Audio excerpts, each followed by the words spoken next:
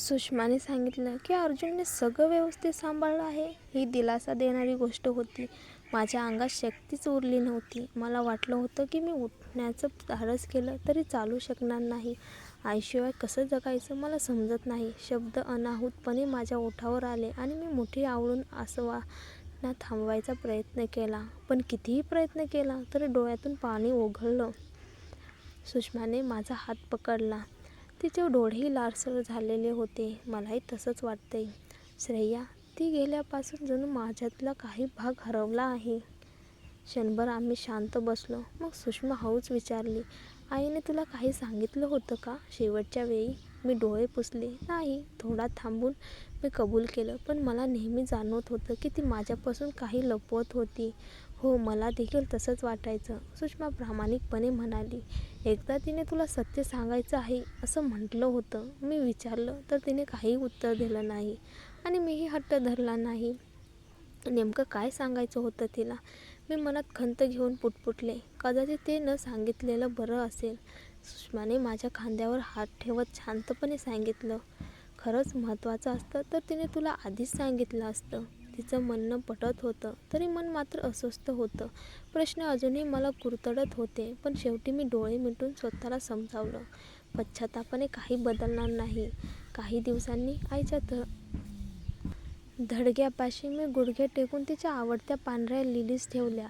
अजूनही विश्वास बसला नव्हता की ती कायमची गेली आहे. स्वप्न तर नाही ना, असा प्रश्न मनात येत होता.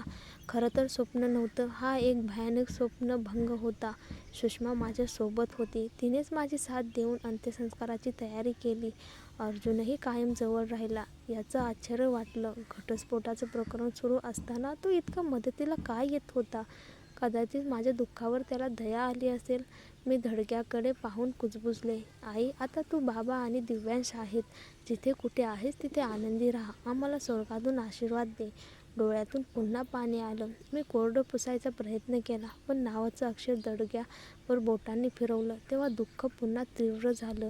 बाजूलाच सुषमाही रडत होती आणि तिचं रडणं पाहून माझंही दुःख वाढलं. थोड्या अंतरावर अर्जुन दिव्यांशच्या धडग्यासमोर उभा होता. आईसाठी गुलाबी लिलीज ठेवून तो आता आपल्या मुलाच्या दडग्यावर पांढऱ्या गुलाबाचा गुच्छ ठेवत होता. त्याच्या डोळ्यातील वेदना पाहवत नव्हती. इतकी वर्षे झाली पण त्याची जखम अजून ताजी होती.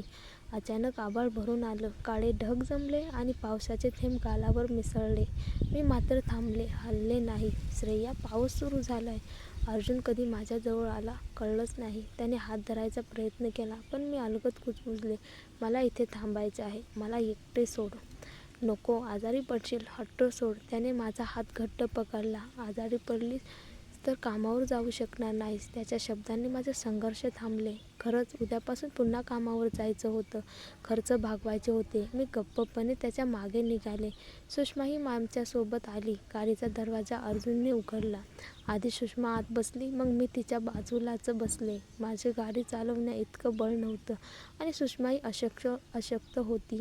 त्यामुळे आम्हा दोघींना स्मशानभूमीकडे अर्जुनने नेलं. गाडी सुरू झाली. पाऊस मुसळधार कोसळत होता. मी खिडकीला डोकं टेकवलं आणि डोळे मिटले. शांतता होती. कोणी काही बोलत नाही.